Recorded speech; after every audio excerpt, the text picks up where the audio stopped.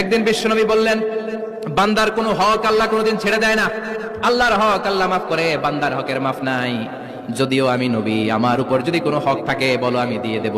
কোন সাহাবী দাঁড়ায় না। এক সাহাবী দাঁড়িয়ে বললেন, নবী, যুদ্ধের ময়দানে চাবুক চালানোর সময়, লাঠি চালানোর সময় এক কাফেরকে মারতে যেয়ে আপনার লাঠির বাড়ি আমার পিঠের মধ্যে পড়েছে। আপনি যেহেতু এই কিসাসটা আদায় করতে চান, আপনার পিঠে আমি লাঠির বাড়ি মেরে এটারে শোধবোধ করে দিতে চাই। এবার ওমরে ফারুককে ধরে কে?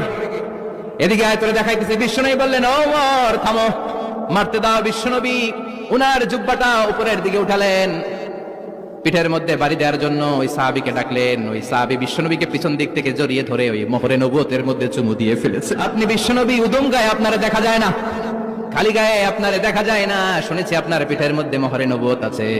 অনেক দিনের সাধনা, জল্পনা কল্পনা, আপনার মোহরে নবুয়তে আমার ঠোঁটটা আমি লাগাবো। আপনার মোহরে নবুয়তের মধ্যে আমার ঠোঁটটা লাগিয়ে আমার ঠোঁটটারে আমি জাহান্নাম থেকে পরিত্রাণ করাবো।